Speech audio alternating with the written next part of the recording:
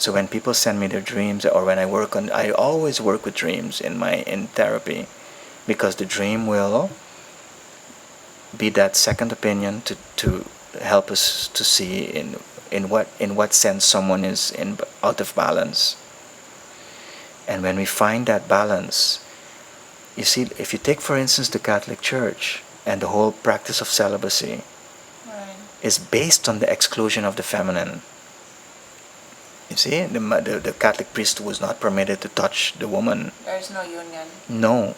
And this is why we find now that, for instance, now in Holland, there's this report that 20,000 children, which is what they say, probably it's times 10, have been victims of sexual abuse by priests. This is because of the institution systematically rejecting the feminine. In our world, in our Western world, the feminine is the shadow. Is the side that is rejected. This is why we have this obsession with machines and technology, because the woman, the feminine, is not the machine. Is not machine-like. She is organic, and the earth and the procreation and so the machine world, the Western world is obsessed with technology and machines, because at a collective level, the Western world has been possessed by the yang, the masculine, solar, phallic development. The skyscraper is a symbol of the phallus, and the feminine has been rejected in the West, in every sense of the word. And then the church is a representation of that. Right. Or be your own person. It's actually based on rejection. No, but exactly, and that's why the feminists are many great scholars have. I think they have lost a few people.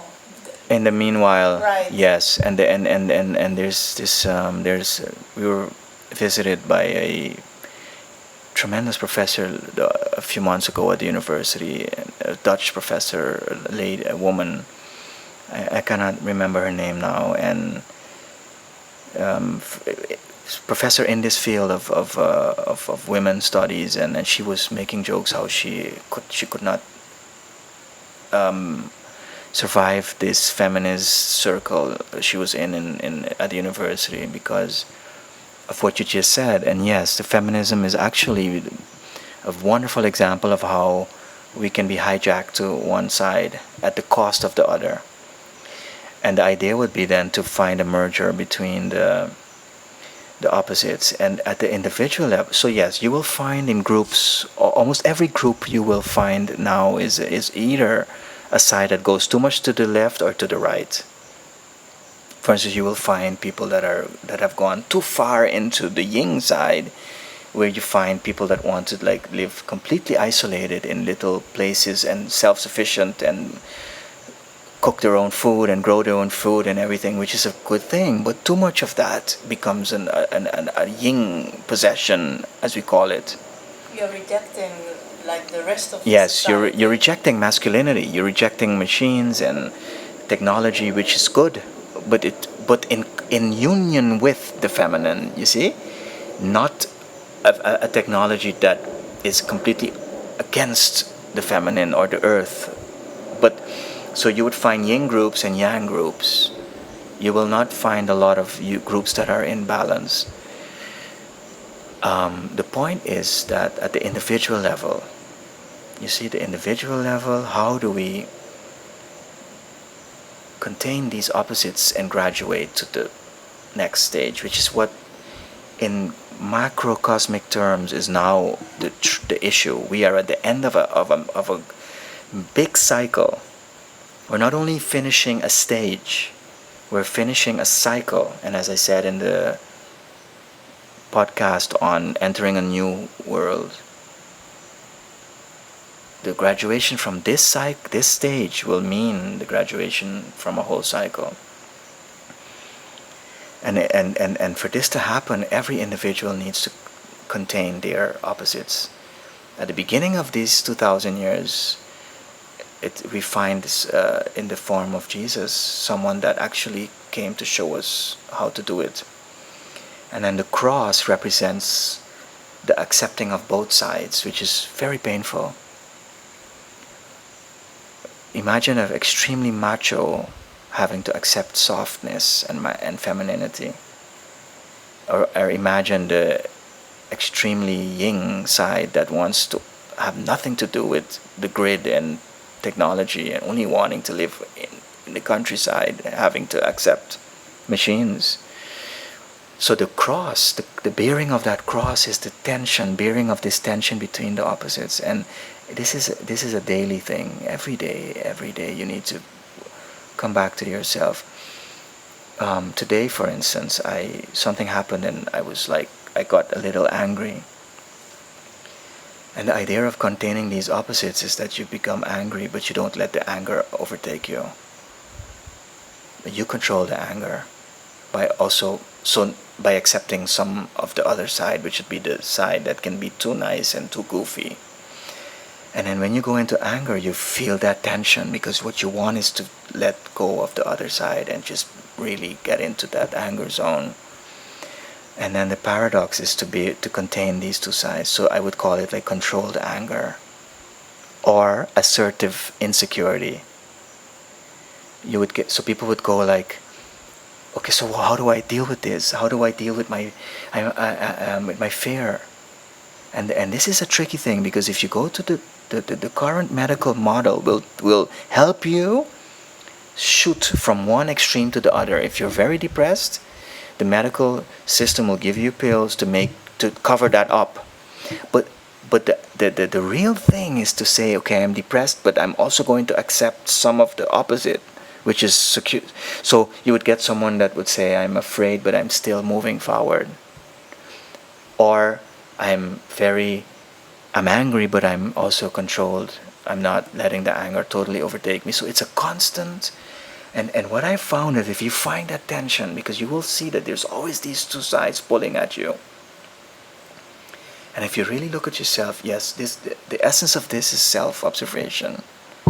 It's really just unplugging yourself from the surrounding in terms of projections and this interactive game, and really looking at and then you find this tension. I play at a quite highly competitive level tennis. Why? Because normally people are in their comfort zone and there's not enough stress to really bring this up to the surface that you can really feel it. But when you expose yourself to a very stressful situation, like playing a tennis competition at a high level, then these opposites are going to be right there in your face, because there's a side of you that is going to want to run away, and there's another side that wants to win, and I do that because the idea becomes the challenge is to accept this opposition in yourself. Accept the conflict. If you're in the depressed mode, accept to not stay there. If you're in the manic mode, accept the unhappiness. If you're very happy, be open for being a piece of sadness that sneaks itself into the state. And when so the whole idea is what I call learning to think or to feel the paradox. And then if you really feel that tension, everybody feels that constantly, because it's called stress. It's called stress, and we need to reprogram that stress is. If we really accept the stress, we will connect to the self with a capital S. That's the whole thing. It's like a string. It's a fine line between the two, and I've realized, I've felt that when you accept that stress, and you accept the difficulty of being angry but also soft, that tension will be almost like the Kundalini snake in your spine.